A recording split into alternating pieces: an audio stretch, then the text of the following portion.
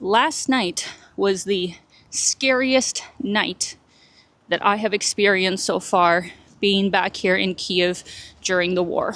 There were strikes all over the country and basically all the major cities. And this was the first time that I very loudly heard something, I don't know what, whether it's rockets, missiles, drones, up above our apartment, basically like a fighter jet flying over top.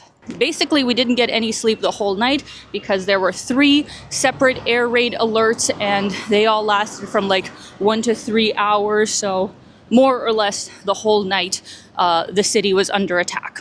So that was absolutely terrifying and kind of makes you feel very like defenseless. Like, what are you gonna do to stop that kind of warfare? But what I know I can change as an individual is actually exactly what I'm going to be going to today, which is in partnership with an amazing nonprofit here in Ukraine called the Ukrainian Food Foundation. They are actually the largest nonprofit food distribution centers in all of Ukraine. And what is so incredible about what they do is that they are actually able to save food from places like supermarkets, that have surplus that they don't need. They also work with a lot of great industrial partners that make donations, and the impact that this organization makes is truly amazing. So today I will be able to give you guys an inside look into how they operate. And if you guys would like to help, I will of course have a donation link in the description because every donation truly makes an impact.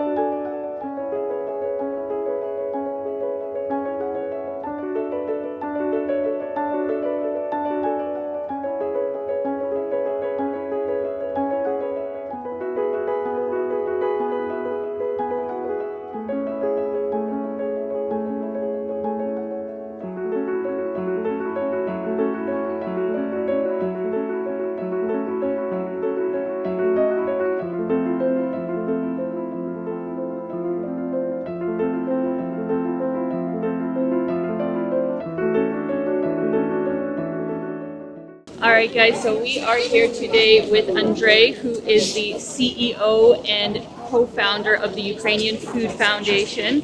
Andrei, could you tell me a bit about the nonprofit, how it was formed, and what is the mission? Our organization, Ukrainian Food Foundation, it's one of the biggest food banks in Ukraine. What solves the problem of hunger. Today you can see our work with people, most of all is refugees who left their homes and find the shelter in Kiev and Kiev region. With these people and another, our organization work all over the Ukraine, but the main idea to save products and distribute for free for people in need. All these people have a legal status from government, status of refugees, and they give an external document to our volunteers who see if they have this status, they can have help from our organization. And what are some of the large companies that you guys work with that help donate some of the food? The most, like I said, strategic partners in Ukraine for our organization, company PepsiCo, Nestle, maybe and other, because this is the biggest companies in Ukraine who have the different kind of products.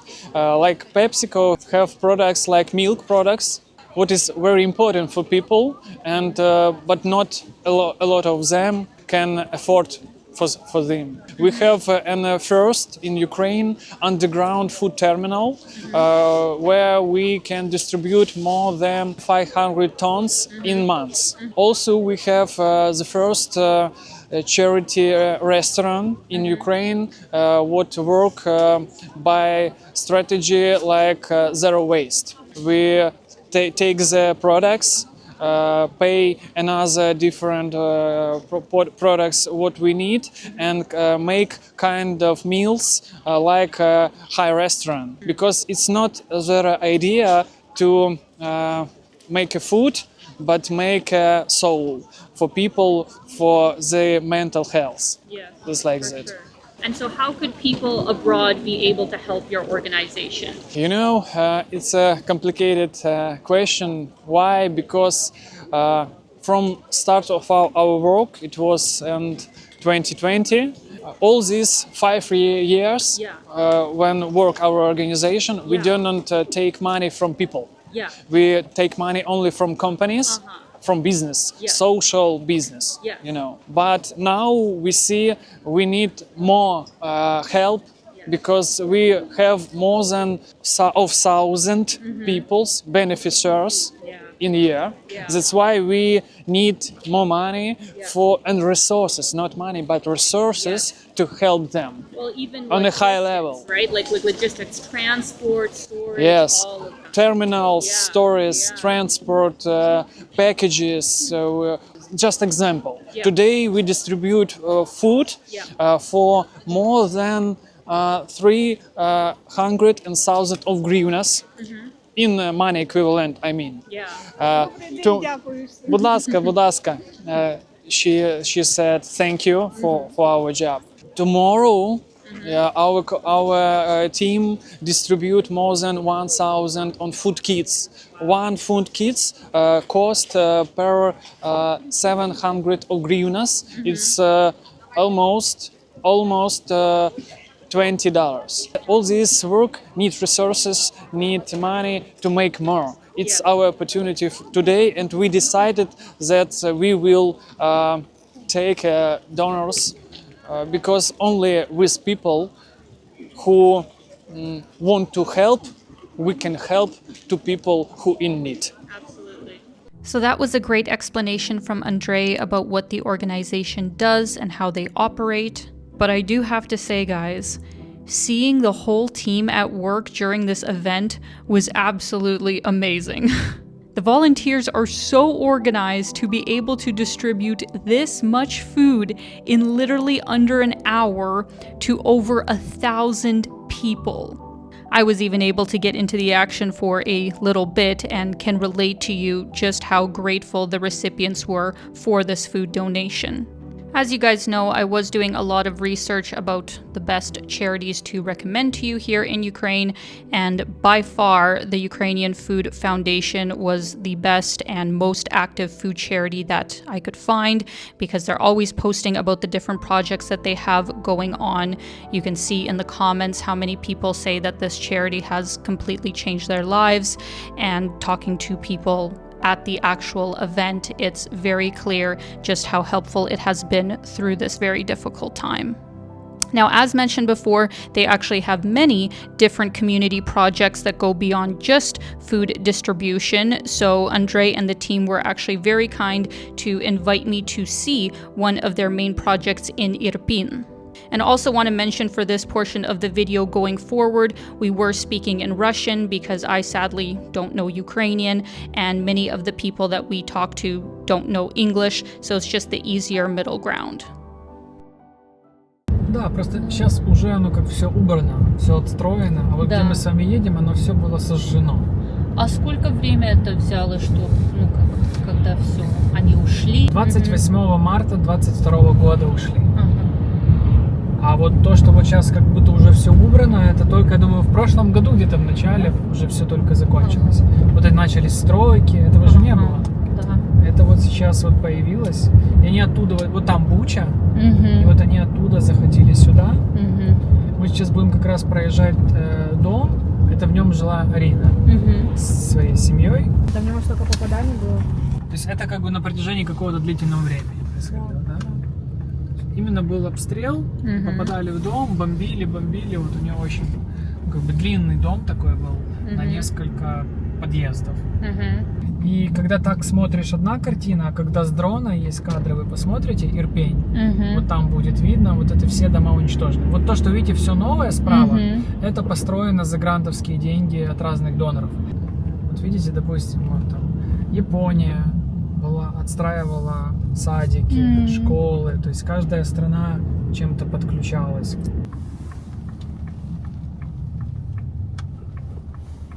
На Арином доме Бэнкси нарисовал картину. И когда его снесли, сносили дом, ее вырезали и перенесли вот сюда. О, вау, как красиво.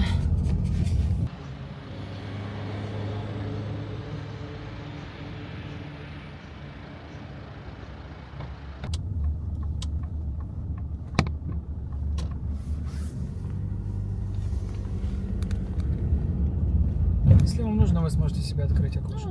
Пока нормально.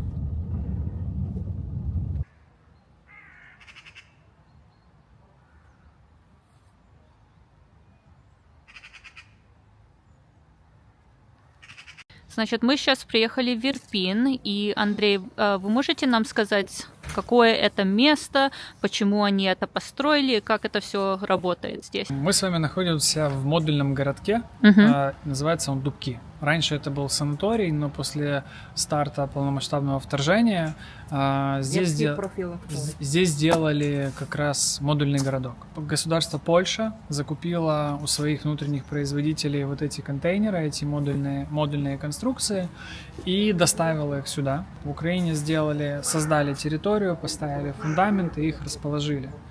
То есть в этом модульном городке на сегодня проживает больше 300 тысяч, прошу прощения, больше 300 человек, которые нашли здесь приют. Если изначально это были преимущественно люди с Ирпеня, которые здесь проживали, то сейчас большая часть это беженцы, в Украине это внутренне перемещенные лица. Вы сегодня посмотрите, пообщаетесь с людьми, многие остались ни с чем и в один момент просто искали возможность, где переночевать. Да. Так как мы видим сейчас, цветы, трава, какие-то другие вещи вот в таком формате, оно уже было создано людьми непосредственно, которые поняли и осознали на очередной год жизни здесь, что им здесь еще жить. Да. Наша организация с начала до оккупации и с начала создания этого городка обеспечивали его продовольственной помощью, приезжая и как раз обеспечивая людей самым необходимым. Потому что кроме комнаты и 13 этих квадратных метров на семью, не на одного человека, а на семью, здесь больше ничего нет. Поддержка, которая им оказывается, она является очень важной для них, что про них не забывают, что их поддерживают. И сэкономленные деньги они могут направить на то, чтобы, накапливая со временем, ожидать, что их жилье будет восстановлено, и компенсировано, и они как-то смогут жить своей жизнью. По инициативе нашей, вместе с партнерами, мы, кроме поддержки, хотели создавать для людей определенные условия. И мы создали на территории городка в нескольких локациях 3 огорода. Вот один из них, который вы видите здесь, понятно, сейчас уже не сезонно, но сейчас все в листьях и в каких-то вещах, все, что огорожено забором. В данном случае под каждый модуль есть свое пространство, где люди могут выращивать овощи, которые будут их кормить на определенный срок в течение года. Да. Вы знаете, это было очень приятным, когда мы видели людей, которые собирали свой первый урожай, и когда его было так много, что они могли обеспечивать не только свой модуль, а и делиться с другими. Да. И благодаря этому они впервые не просили что-то, а имели возможность что-то от себя отдать. Да. И вот это является тем, что мы всегда вкладываем в наши проекты, давать возможность людям чувствовать себя не обязанными кому-то, а иметь возможность делать добро. Потому что когда наши команды приезжают в подобные городки по всей стране, и в этот в частности, люди, а особенно дети, чем мы очень гордимся, встают в очередь, чтобы поволонтерить сегодня, чтобы одеть на себя жилетку Food Foundation и в роли волонтера помогать другим, передавать помощь своим бабушкам, дедушкам, мамам, папам, своим соседям, потому что больше о помощи и насколько они в ней нуждаются, чем люди, которые непосредственно здесь живут, не знает никто. И наша задача и задача общества — поддержать этих людей и дать им возможность раскрыть в себе самые лучшие какие-то качества. Слететься, красота. Вон клубніки дівчата купили, посадили, помідори, огурці, цибулька, часничок, петрушка, кабачки, перець, все є. базилік. Да. От окроп не росте, щось земля не підходить. Да. Да. А когда последний урожай был? Месяц назад? Где-то так? Да, уже где-то так. Ну, заморозок Да, вже. да. Я Ага. перекопала все. На Мгм. следующий год подготовила. Ну, это очень хорошая идея иметь огород Да. здесь для всех. Так. О, классно. Мгм. Тут класно. Ну да. Класно. Звісно, я не застелила. Ага. Отак от діта накинула на себе одежу і все лежало. Мгм. Змерзла, Мгм. думаю, вийду трохи на вулицю похожу. Мгм. Натягла. Ну да. Ой, совсем. Холодно сейчас, когда Дуже температура холодно. меняется, да. Ну да. Дуже холодно. Ага, да. Ну, каже, що у мене музей. А это что всего здесь? Ну, коробки. Оце дівчатки тут із Нідерландів приїжджають, з О. Голландії, з Америки. Ага, Привозять нам такі всякі, ми сидимо клеїмо, Как творимо, волонтеры. ага. рисуємо. Вау, это кто-то рисовал так красиво? А це та Настя, що фотографувала, вона цим займається і мені подарувала. Оце Мгм. ці картинки. И как долго вы здесь сейчас Я живете? 4-й рік. Ага, ага. Вот там, где мы с вами проезжали, где дом Арины, Угу. а рядом был как раз Притул. притул Целый. к нему был другой, как раз где жила Галина. Мгм. Он тоже был уничтожен, и Мгм. Галина проживает здесь. Угу. Она комендант, она старшая вот здесь в модуле. Угу. В каждом модуле есть свой старший, он помогает организовывать быт для тех, кто только приезжает. Потому Мгм. что изначально здесь были в основном люди с Ирпеня. Угу. А потом сюда начали добавляться люди, которые с оккупированных территорий, по примеру таких, как мы помогаем с вами сегодня. Да. Відкривати? Да, Я не знаю. Может, вы на Новый год себе вставляли это? Може, і на Новий год. И это сколько? Это один раз в неделю они получают Нет, или это нет, как? Это идет месячный. Он Месячный. рассчитан Ага. на 1 месяц, Ага. на небольшую семью, Ага. как поддержка. Мы не можем закрывать полностью. Да, потребности, конечно, да. Но мы даем базу. Галя, покажите, что у нас там есть. Шикарно. А, я Мгм. понял. Супер, Нескоктейль. Шикарно. О, для Томатная паста. Шикарно. Угу. Галь, Шикарно. а если вас не затруднит, а у вас на столе есть место? Если можно вас попросить? И каждый месяц этот бокс меняется или более-менее одинаковое? Наполнение есть базовые, Ага. которые мы закупаем. А есть, Мгм. вот как вы спрашивали, то, что мы дополняем. То есть Мгм. кофе нам передает компания, сок передает компания, Да. сладости там, допустим, другая компания. Мгм. Так же ж видно. Мгм. От вермишель, Макарончики. от мука на бліни. Супер. От. Мгм. Это сахар? Цукор, Мгм. гречуха, О, хорошо. рис Мгм. і рис. Класс. Ні, горох. Вперед на Мгм, горох сказав, горох. поміняти. Мгм. Помощь до малої пенсії, этого. Да, конечно. Потому что сколько бы эти продукты стоили сами по себе, если они бы купили все это, сколько это бы стоило? И себестоимость одного набора в сумме, если не считать там кофе, это получается 600-700 гривен. Сколько? 600-700 Ага, гривен. хорошо. В Ага. зависимости от наполнения. Ага. Так, Марин, это вам. Мгм. Марин, берешь. У нас еще 600 красок. Да. Там 10 ярус. Ну, типа 200 Я понял. Так, это я сейчас возьму.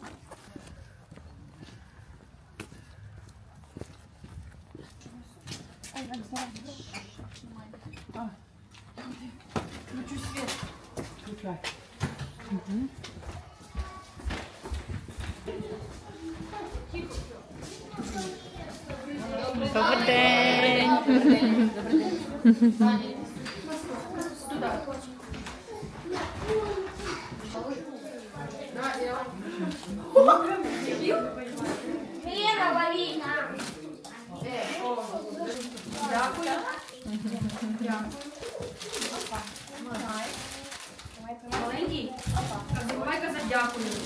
Да, хто не хоче великий кіткат, можете пропустити тетю Аліну. Але я думаю, навряд чи там такі будуть.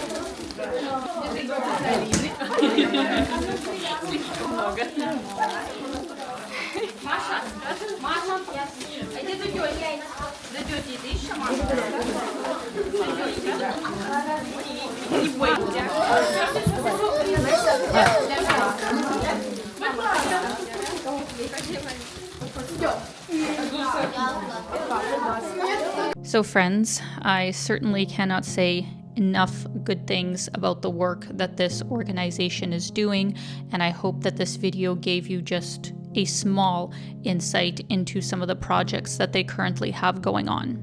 You can of course message them on social media or by email if you have any questions about, where the money is going or any other questions that you may have.